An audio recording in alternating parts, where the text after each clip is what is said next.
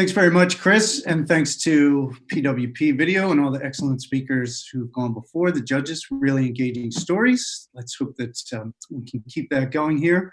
From the future, I'm based here in Melbourne, Australia, and my stay-at-home story involves a pretty significant anniversary that's coming up very soon. In fact, in May, I'm going to mark 5 years since I arrived here in Melbourne with 4 suitcases and no particular job, no particular place to live, just one incredible life-changing partner. You may be able to see her in the photo back over my shoulder, or you may not. But a lot of people might say, well, a 5-year anniversary, that's nice. What is that, wood? That's pretty low key. But for me, 5 years is actually a pretty significant turning point. Every 3 to 5 years since I left Philly to go to college originally in Boston, I had moved to a different city. So 5 years in Boston, 3 in San Francisco, 5 back in Philly, 3 in Florida, 5 more in Philadelphia.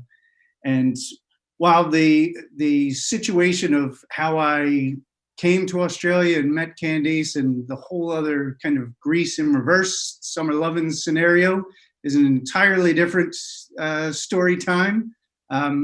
What really is fascinating is that when in early 2015, I told family and friends that I was going to be moving, they weren't really that surprised. They were kind of accustomed to this every 3 to 5 years until I let them know that this time it was going to be to Australia. And that's where a bit more of the surprise kicked in. Some of the, well, I guess the first response was uniformly, wait, for good? And of course, having been someone who'd moved every 3 to 5 years before, the best I could say was, I think so. I'm pretty sure this time is for good. That's the plan, but I guess we'll find out in 3 to 5 years, won't we? So, and then after that, a lot of bad shrimp on the Barbie jokes and good day mate accents from that side that I had to wade through. And then I left. I got here in May 2015, and I actually, in addition to taking on the rather large challenge of moving overseas to a different country, also embarked on starting my own business at the same time, going through the immigration process and a crash course in parenting, step parenting. So those first few years were really a whole lot of ups and downs, and it's been very much a seesaw in a lot of different ways of navigating just so much. But particularly in the past year, that seesaw has gone even at a much higher level. And it sort of bounces on the one side between a huge feeling of gratitude because we've had great success with the business, and I got my permanent residency just about a year ago, and so many things were going really well. And on the other side is what I liken to survivor's guilt in a way, because so much of my family and my friends are in the States, and having seen the past couple of years go the way that they have in a lot of ways, it's been very difficult to be all the way over here and to see what so many are dealing with over there and their own challenges.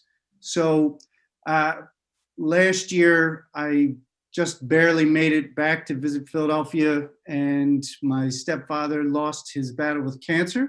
I got to see him for about his last week after I had just really pushed up the flight and had just been able to see some of his last days.